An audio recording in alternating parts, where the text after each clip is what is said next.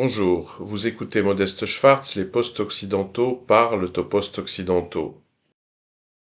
Ceci est l'épisode numéro 8 de la série Entendu à Budapest, qui sera consacré aux analyses, en tout cas à 3 analyses proposées par des analystes hongrois, de ce qui aura probablement été l'événement politico-militaire marquant de la semaine, c'est-à-dire les frappes de drones qui se sont produites à l'aube du mercredi 4 mai, il y a 3 jours, sur l'une des coupoles du Kremlin.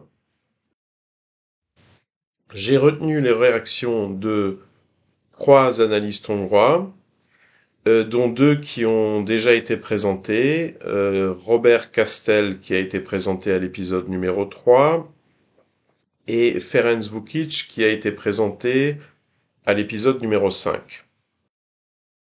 Il n'a pas encore été question dans cette série du 3e analyste, qui est Balint Somkuti. Balint, c'est l'équivalent hongrois de Valentin.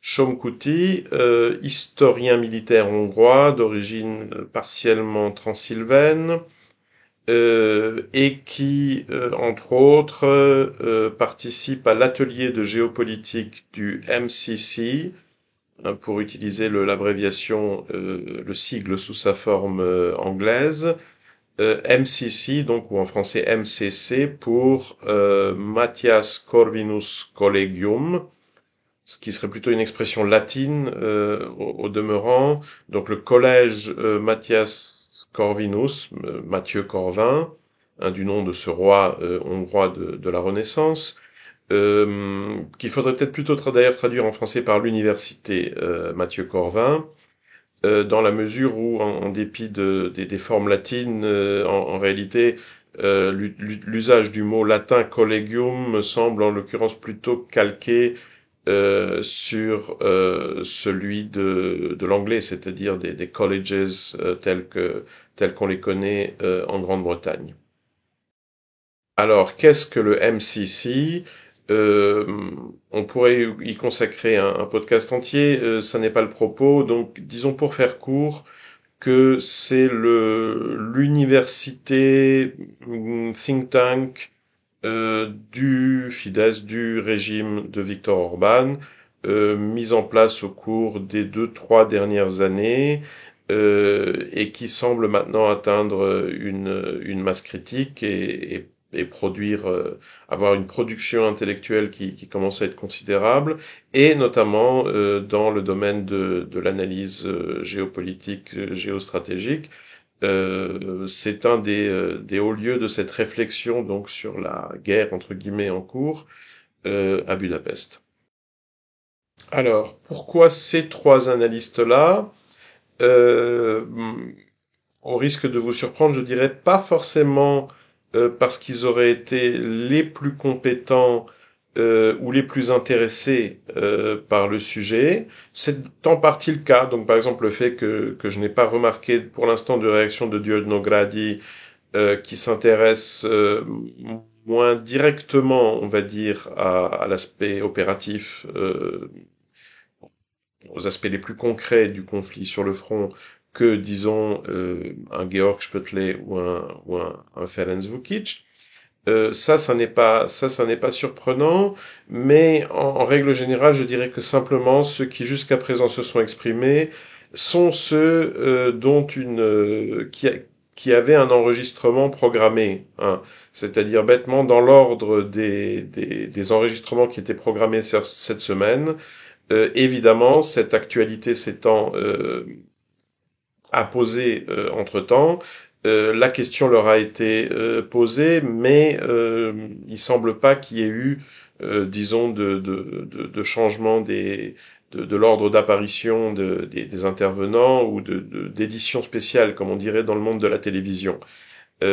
Pour une raison, à mon avis, simple, qui est que ce nouvel écosystème médiatique, donc des podcasts diffusés avant tout à travers YouTube, généralement ce sont des structures assez légères qui ne disposent pas de la logistique qui est encore celle même des chaînes de télévision, voire de net télévision les plus petites, et qui, elles, en revanche, peuvent se permettre, à la fois en termes de finances, de personnel, d'organisation, de faire des numéros spéciaux, des breaking news, de, de suivre au plus près l'actualité. C'est donc un tour d'horizon que je propose aujourd'hui, un peu comme je l'avais fait dans l'épisode numéro 4, après les déclarations tonitruantes d'Emmanuel Macron à son retour de Chine. Et la méthode que je me suis proposée est celle d'une sorte de méta-analyse comparative des réactions de ces trois analystes, en partant du dénominateur commun pour aller progressivement vers les positions les plus originales et les plus intéressantes. Dernière précision, parce qu'elle peut avoir son importance, étant donné qu'on ne réagit pas toujours forcément de la même manière quand on est interrogé à chaud, à quelques heures d'un événement sur lequel on sait encore relativement peu de choses, que si on était interrogé plus tard, une journée, 2 journées, voire une semaine plus tard. L'intervenant qui a été enregistré en premier a visiblement été Ferenc Vukic, dès le jour donc de l'attentat, en tout cas de l'explosion de ces drones au-dessus d'une des coupoles du Kremlin, donc encore pendant la journée du mercredi 4, suivi, alors je suis pas certain, je sais pas exactement dans quel ordre, semble-t-il d'abord par Robert Castel, donc le jeudi qui a suivi, avant-hier, et finalement Balin Chomkouti, qui, cela dit, ont dû réagir indépendamment l'un de l'autre, c'est-à-dire ils n'avaient probablement pas eu le temps ni la possibilité d'écouter les propos du premier enregistré, quel qu'il ait été. D'ailleurs, ça n'a pas une énorme importance. On verra néanmoins que Ferenc Vukic se distingue sur un point des deux autres, et ça peut être lié au fait que lui a vraiment été interrogé à chaud. Alors évidemment, ces réactions ne vont probablement pas s'arrêter là. On va encore parler en Hongrie et ailleurs, et en Hongrie pas seulement dans les cercles proches du régime. On va encore beaucoup parler, je pense, au cours des jours, des semaines, peut-être des années qui viennent de cet événement. Même si d'un point de vue matériel, en réalité, il n'a pas une grande signification. Simplement, j'ai trouvé important de faire ce tour d'horizon dès maintenant, c'est-à-dire avant encore le 9 mai, avant les événements prévus qui devraient donc se produire ou d'ailleurs être annulés mardi prochain, dans la mesure où je pense qu'ils amèneront à que d'une manière ou d'une autre, après le 9 mai 2023, une toute autre lumière tombera probablement sur cet événement donc du 4 mai 2023 que ou plus exactement que les analystes évoqués ici ont commenté pendant cette semaine. Ce sont donc des réactions, ça c'est important pour ceux qui écouteraient ce podcast, disons, après le 9 mai, ce sont des réactions qui datent d'avant le 9 mai. Et donc revenons à notre méta-analyse comparative. Donc commençons par le dénominateur commun. C'est probablement, ça fait partie des points qu'il faut retenir, des conclusions importantes. Les trois analystes, et d'ailleurs je dirais qu'à peu près tous les analystes sérieux que j'ai écoutés depuis lors, sont d'accord sur au moins un point. Il est absolument improbable que quelqu'un ait cherché avec ces attaques de drones et sérieusement cherché à intenter à la vie de Vladimir Poutine ou d'ailleurs de qui que ce soit dans le personnel décisionnel du régime russe. Alors évidemment, on pourrait ajouter une exception théorique. On pourrait préciser, à moins d'un scénario du type Four Lions. Hein. Four Lions, c'est ce film britannique, excellent d'ailleurs, je vous le recommande, qui montre les exploits en réalité assez comiques de trois djihadistes improvisés qui veulent faire leur djihad. Bon, ils sont pas très doués, sont pas vraiment d'encadrement ou de formation, et puis bon, ils finissent par se faire exploser eux-mêmes par erreur. Désolé d'avoir défloré le. Bon, donc on va dire, c'est le terrorisme des losers. On peut pas techniquement l'exclure à 100%. À ce moment-là, il faudrait probablement d'ailleurs plutôt supposer, il faudrait plutôt soupçonner des groupes russes, des groupuscules, soit d'extrême droite, soit d'extrême gauche, qui auraient voulu. Alors, si c'est l'extrême gauche, soit vraiment s'en prendre à Poutine, bon, avec des moyens qui, euh, soit notamment chez les ultranationalistes, mettre en scène une provocation pour amener un durcissement donc de l'attitude russe dans le conflit d'Ukraine orientale, et qui dans les deux cas, bon, se serait soldé par un ratage épique, comme on dit de nos jours. C'est pas techniquement impossible, c'est pas absolument impossible. Ça paraît quand même relativement peu probable. Voilà, cette parenthèse refermée.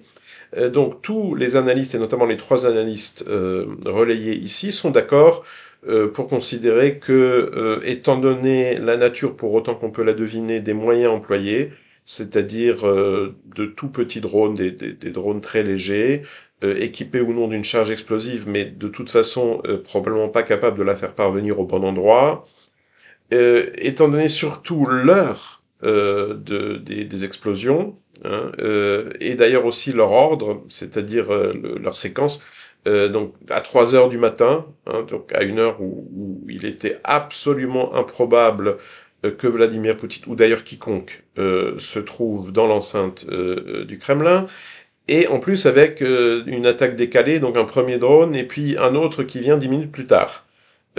Naturellement en pure perte, puisque bon, à supposer qu'il y ait vraiment eu que le premier ait réellement réussi à passer sous les radars, disons, de la surveillance du Kremlin, bon, ben le suivant, 10 minutes après l'explosion du premier, celui-là, c'est sûr qu'il est déjà attendu. Bon.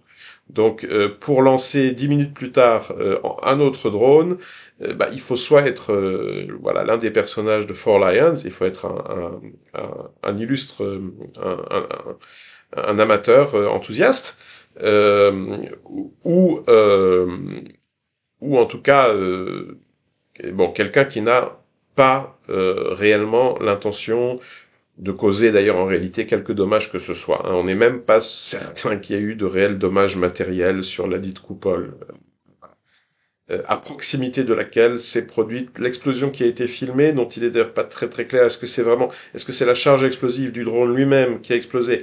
Est-ce qu'il a été atteint par un tir donc de défense anti-aérienne ou bon, c'est pas très clair. En tout cas, c'était une explosion d'ailleurs pas considérable. De toute façon, ce genre de tout petit drone est a priori pas capable de convoyer des charges très lourdes. Donc voilà, une certitude au moins, là-dessus tout le monde est d'accord. Non, aucun acteur sérieux du conflit, d'ailleurs de la géopolitique mondiale, n'a voulu, en tout cas sous la forme de cette attaque de drone, euh, s'en prendre à la vie de Vladimir Poutine. Alors poursuivons la comparaison par exclusion. Euh, il y a un seul point sur lequel tous les analystes, c'est-à-dire en tout cas deux des trois retenus ici, sont d'accord, mais à une exception qui est celle de Ferenc Vukic. Ferenc Vukic est le seul des trois à exclure la possibilité d'une attaque sous faux drapeau, c'est-à-dire la possibilité que ces explosions, cette attaque de drone ait pu être mise en scène par le pouvoir russe lui-même. Alors c'est un peu curieux, mais en même temps je dirais que c'est relativement prévisible. En effet, s'il fallait ordonner ces analystes sur un spectre, disons, qui serait celui de la sympathie idéologique vis-à-vis du régime russe, bon, bah, il est bien évident que Ferenc Vučić, qui est donc proche des nationalistes hongrois, par nationalistes, j'entends les gens situés à la droite du régime de Viktor Orban, et ces nationalistes hongrois ont, disons, une sympathie beaucoup plus affirmée, en tout cas mieux affichée, pour le régime de Vladimir Poutine que le centre droit au pouvoir, la majorité du Fidesz.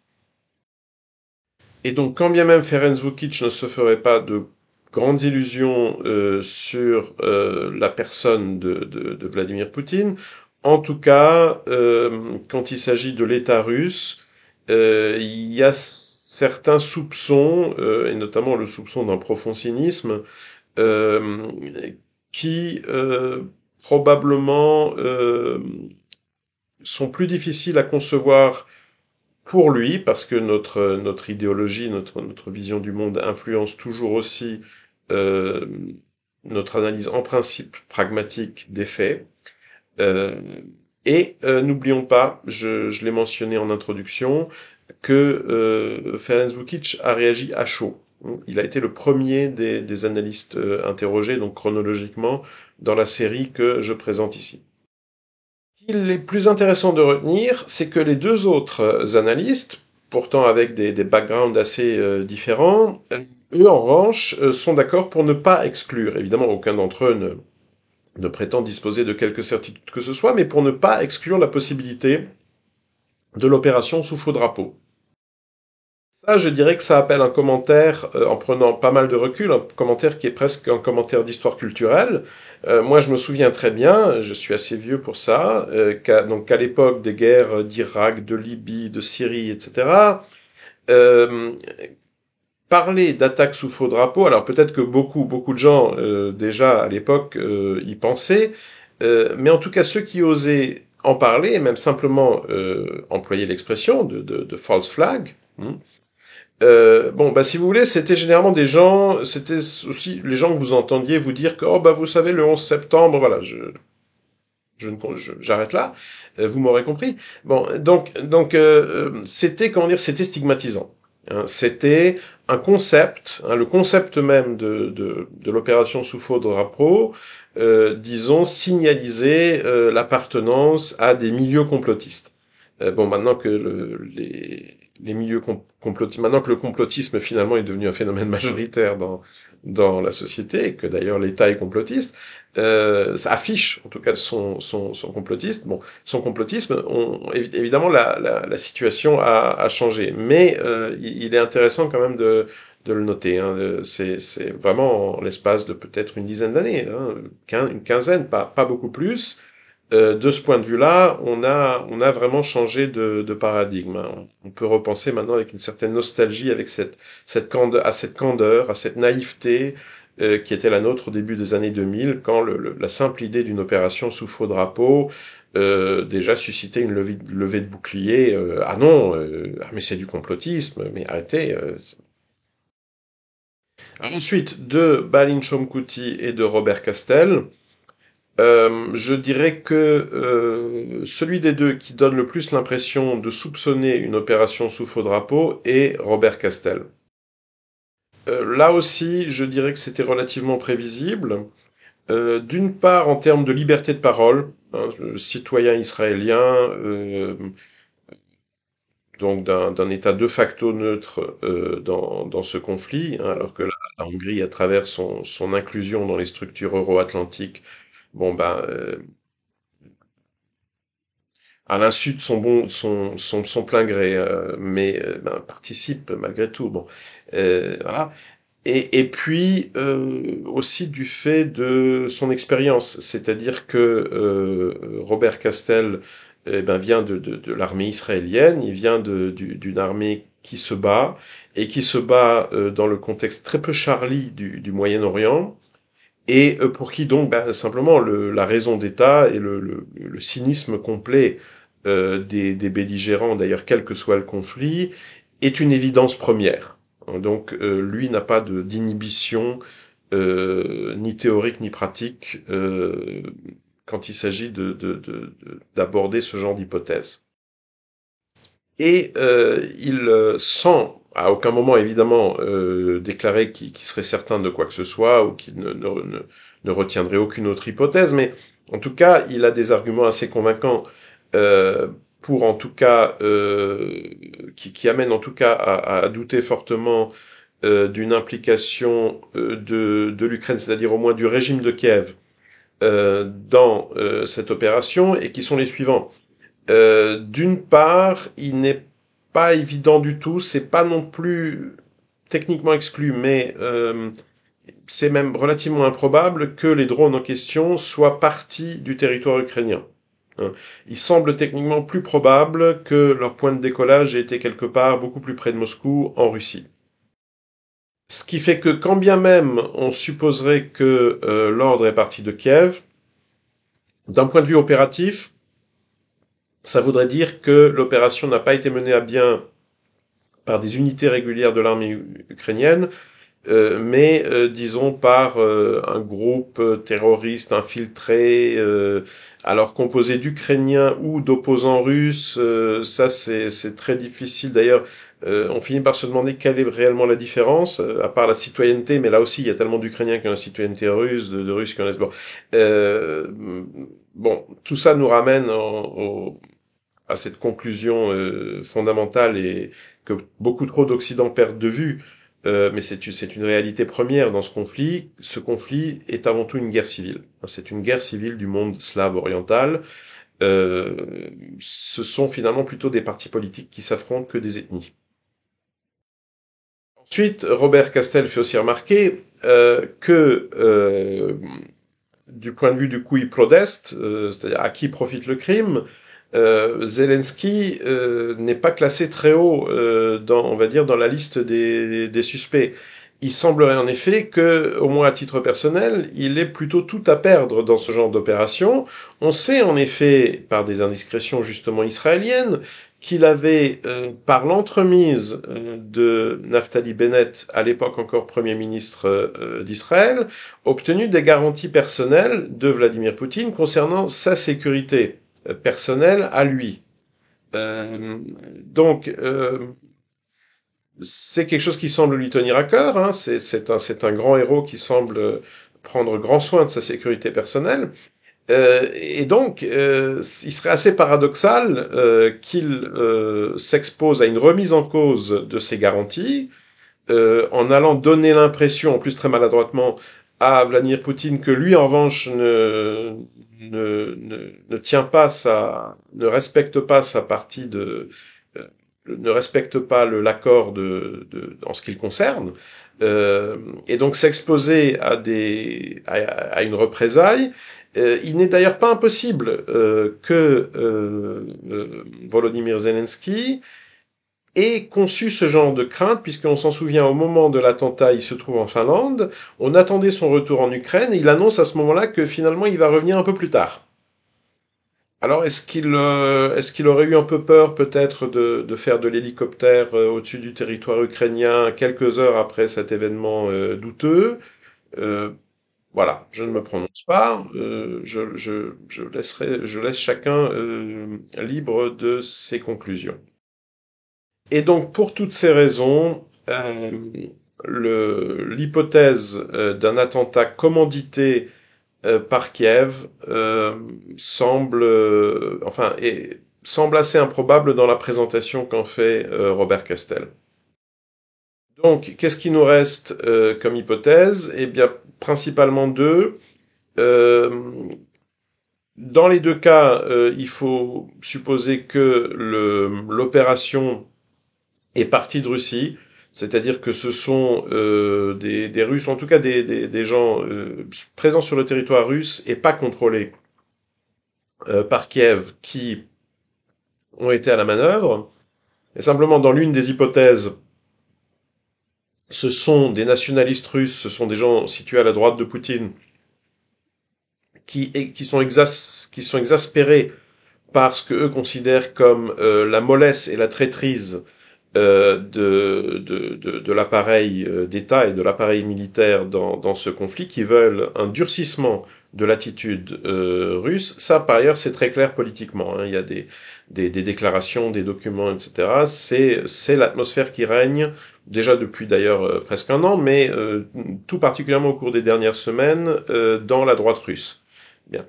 Et qui donc décide de monter une opération sous faux drapeau, pour essayer d'accélérer les choses, hein. Donc appelons-les des accélérationnistes, soit la forme la plus classique de l'opération sous faux drapeau, c'est-à-dire les services secrets russes eux-mêmes qui mettent en scène. Alors il y a un certain nombre d'indices qui pointeraient dans cette direction, notamment ces bons hommes qu'on voit sur la vidéo, donc sur cette coupole donc du Kremlin qui va être frappée, où un drone, disons, va exploser à proximité, et quelques secondes avant l'impact, on voit assez distinctement des gens qui se baladent sur cette coupole. Alors, est-ce qu'ils font des réparations de la zinguerie à 3 heures du matin, etc. Ça a quand même l'air, ça a quand même l'air assez. Et puis bon, la scène est visiblement filmée. Comment dire, il y a une caméra dédiée. C'est-à-dire que on a de toute évidence pas affaire aux images d'une caméra de vidéosurveillance qui fonctionne 24 heures sur 24, etc. Non, il y a eu un cadrage spécifique, d'ailleurs pas très bon, la qualité de l'image est pas terrible. Bon, donc tout ça quand même, c'est vrai, c'est fortement pointé dans la direction de l'hypothèse de l'attaque sous faux drapeau la plus classique, c'est-à-dire commanditée par la victime supposée elle-même. Alors là, je reprends un peu de distance d'avec Robert Castel pour en quelque sorte finir mon arborescence des hypothèses. Si on retient cette dernière hypothèse, donc celle de l'opération sous faux drapeau classique, il faut aussi se demander quelles seraient les motivations, quel serait le mobile. Et là aussi, en réalité, on est obligé de prendre en compte au moins deux hypothèses, d'ailleurs assez antithétiques, hein, et on donnera sa faveur à l'une ou à l'autre, principalement en fonction de l'idée qu'on se fait aussi des buts de guerre, et d'ailleurs de la situation politique générale, j'allais dire du monde, c'est-à-dire des relations réelles, des relations qui existent réellement de nos jours entre le pouvoir russe, le pouvoir américain, la Chine notamment, euh, l'Ukraine étant de toute évidence dans cette histoire un homme de paille. Euh, L'une des hypothèses en effet, c'est que le Kremlin aurait besoin d'un prétexte pour justifier aux yeux de son opinion une intensification des opérations militaires, peut-être une offensive russe, un durcissement des bombardements, que sais-je. Pour être franc, ça me semble improbable. D'une part parce que je dirais que l'opinion, moi la partie de l'opinion qui soutient l'opération militaire spéciale en Russie est déjà suffisamment remontée. Voilà. Elle me donne pas l'impression d'avoir besoin d'encore de ce genre de cinéma pour moi. Voilà. D'autre part parce que les Ukrainiens, parce que là je pense que c'est vraiment eux qui d'ailleurs revendiquent, hein, alors que la revendication de l'attaque de drone sur le Kremlin a été assez ambiguë, hein, c'est-à-dire on n'est pas certain que les Ukrainiens veulent vraiment s'attribuer le mérite. Bon. En revanche, il y a eu des frappes très récentes et tout à fait destructrices sur des réserves de carburant, etc., en Crimée, bon. Et donc y compris sur le territoire internationalement reconnu de la Russie. Je pense que ça devrait suffire. Hein, je pense que ça devrait suffire. J'ai du mal à m'imaginer le pouvoir russe craignant que, enfin, mettant sur pied ce genre de cinoche pour convaincre une opinion qui d'ailleurs, bon ça aussi c'est une hypothèse, mais qui d'ailleurs finalement est peut-être beaucoup plus énervée contre Zelensky qu'elle n'est amoureuse de Poutine. Hein. Donc est-ce que forcément la mise en danger de la personne du président euh, serait d'une telle efficacité dans, on va dire, la stimulation de la fibre patriotique chez les Russes, c'est aussi une question ouverte. Donc, bon, pour toutes ces raisons, moi, je considérais cette sous-hypothèse-là avec un certain scepticisme. L'autre hypothèse, et là, on sera éclairé assez vite, hein, puisque on sera éclairé, on aura la réponse le 9 mai, serait que pour des raisons dont là aussi on pourrait discuter longtemps, le Kremlin est considéré avoir besoin d'un prétexte pour annuler ou modifier tout ou partie des événements grand public euh, prévus donc pour le 9 mai, pour dans 3 jours. Euh, alors pourquoi ou plutôt, pourquoi n'est-ce pas invraisemblable? Donc il faut savoir que des événements semblables, comme la fameuse marche du bataillon immortel, euh, ont déjà été annulés sur le territoire de la Fédération de Russie, et d'ailleurs ce qui était assez gênant en évoquant le prétexte covidien. Hein, c'est-à-dire que, alors même que censément des centaines de Russes meurent toutes les semaines sur le front d'un conflit ouvert, alors même que dans le monde entier, le Covidisme a battu en retraite de manière spectaculaire au cours de l'année écoulée. On a encore trouvé des bureaucrates russes manquant suffisamment d'imagination pour utiliser ce prétexte afin de justifier l'annulation donc d'une manifestation qui, rappelons-le, c'est la manifestation, c'est le bataillon immortel. Ça n'est pas du tout une manifestation d'opposition au régime de Vladimir Poutine. C'est une commémoration patriotique. Donc exactement comme le défilé du 9 mai, donc attendu dans 3 jours.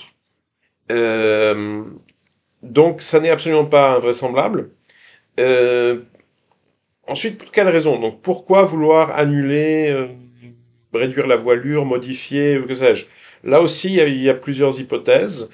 Le pouvoir russe peut avoir peur de véritables actes terroristes qui viseraient soit les officiels, soit la population, soit les deux. C'est pas impossible. Il semblerait d'ailleurs déjà que j'ai vu passer sur Twitter, il semblerait qu'une réception prévue pour le 9 mai ait d'ores et déjà été annulée. Et la grande question sera évidemment est-ce que le défilé, hein, qui est le clou du spectacle, lui-même sera annulé, modifié, le public peut être tenu à distance. Enfin bon, on sera vite, on sera vite fixé. Et puis il y a encore une hypothèse que les pro-russes, enfin les pro-Poutine, hein, pro-russes, je ne suis pas moins que bon, mais vont trouver très énervante. Mais on est bien obligé c'est une réalité, hein, il faut en prendre compte.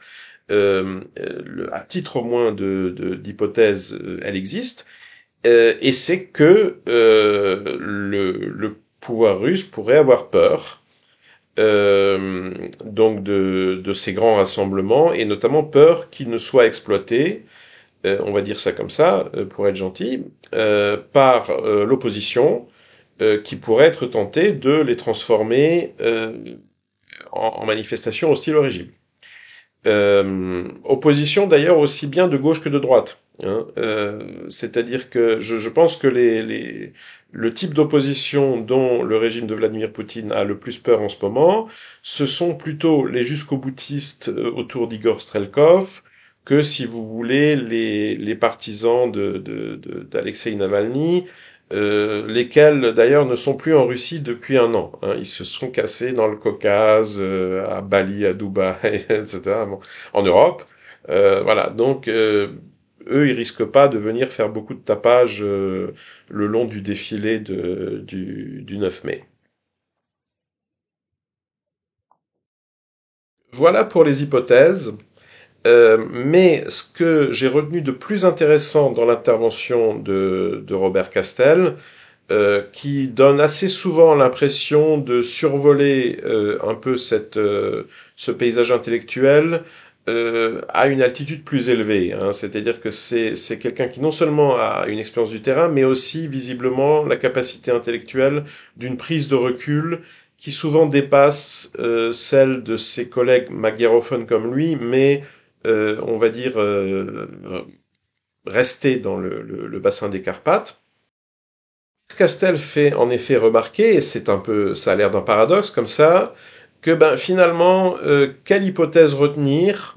Donc cette question qui semblerait centrale et essentielle de savoir qui a réellement organisé ces lancers de drones est en réalité secondaire.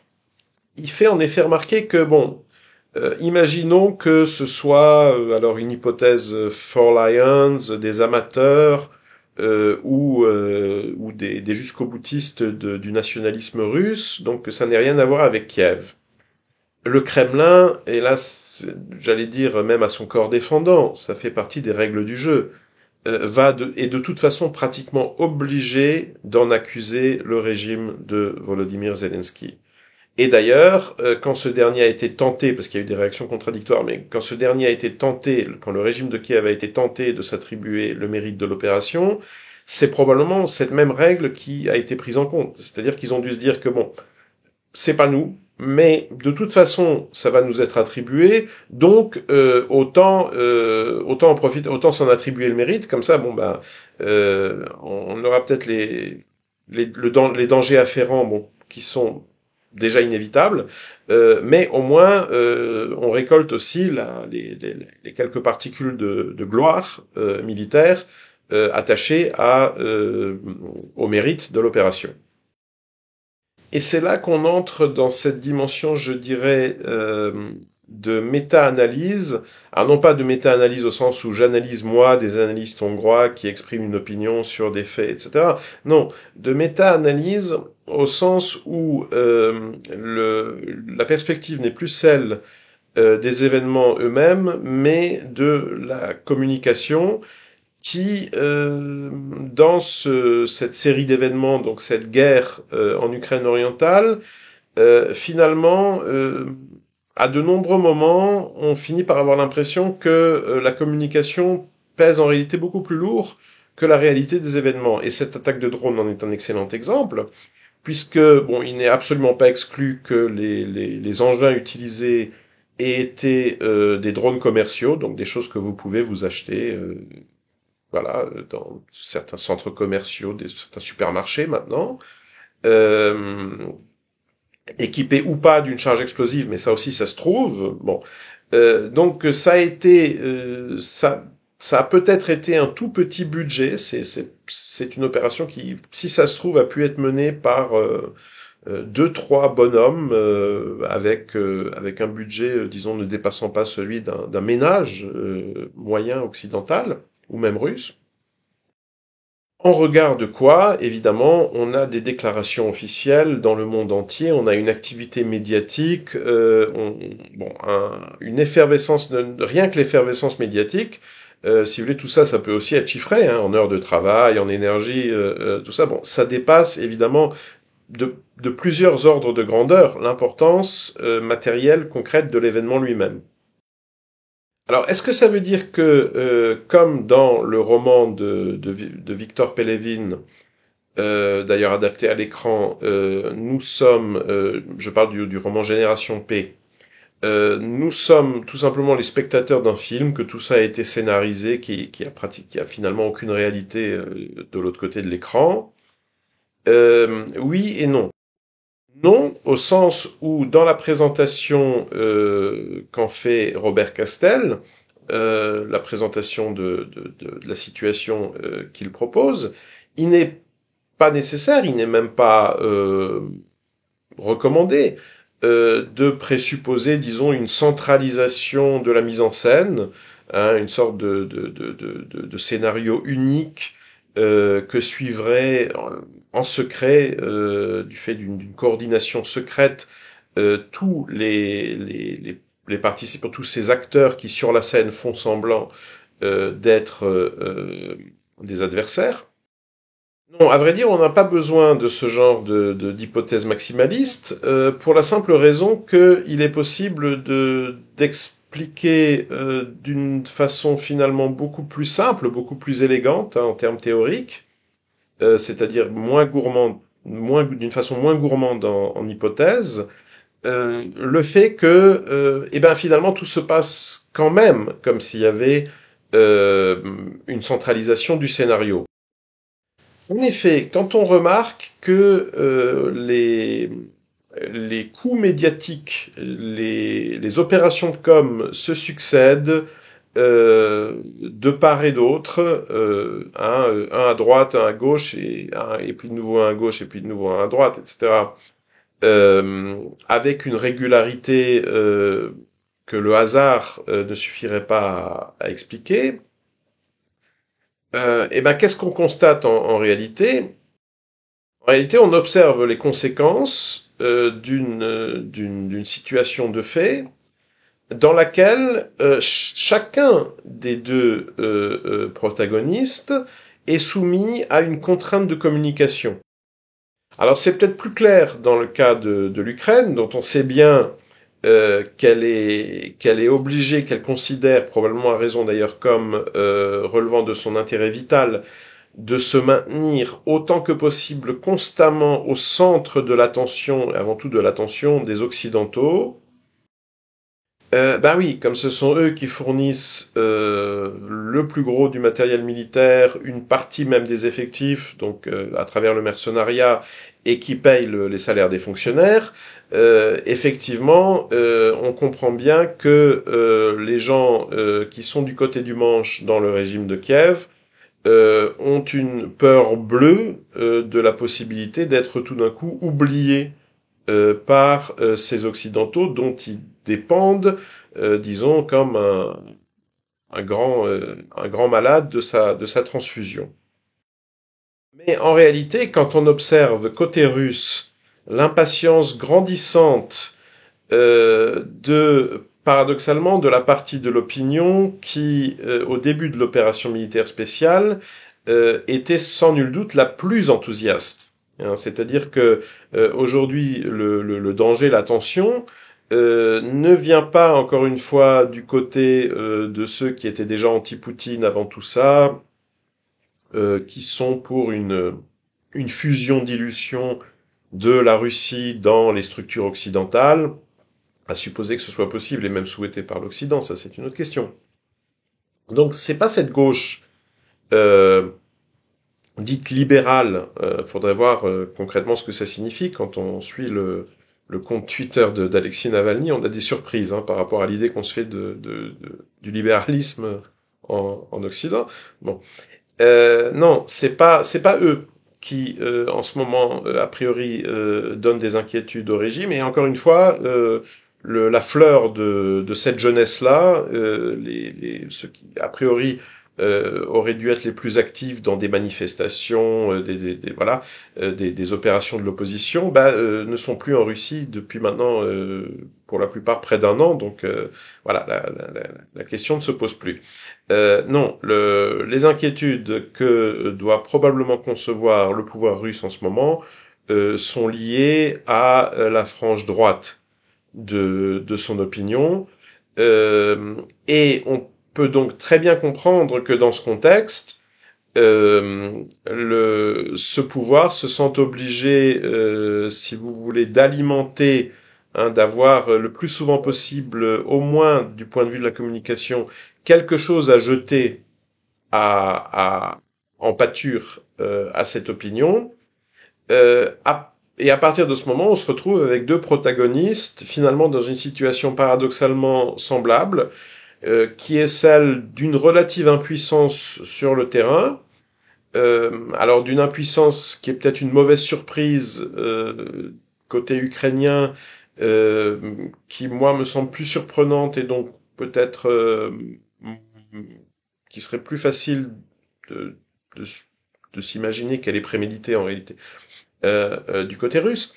Euh, cette impuissance doit dans les deux cas être compensée par une surenchère de communication. D'où aussi, je dirais, le rythme, la séquence des événements, puisque, si vous voulez, finalement, c'est comme dans un échange de coups de feu. Chacun essaye d'exploiter les trous, hein, les moments de calme. Euh, donc après une rafale de communication qui viennent, dans le temps de répit au cours duquel dont on suppose de toute façon que l'adversaire a besoin pour recharger son arme, pour bon, voilà, et on pointe son nez par-dessus euh, le muret de la tranchée, et puis on lâche soi-même sa rafale. Hein. Ce qui permet donc, sans avoir recours à des hypothèses, on va dire maximalistes, extrêmement complotistes, d'expliquer pourquoi on a effectivement cette impression de show, hein, avec un coup de com' ukrainien les semaines paires, suivi d'un coup de com' russe les semaines impaires, et pendant tous ces coups de com', finalement, sur le terrain, euh, on a on a plutôt l'image qui réaliste, hein, qui en remonte, est quand même plutôt celui d'un conflit, alors pas encore gelé, mais on va dire en cours de glaciation.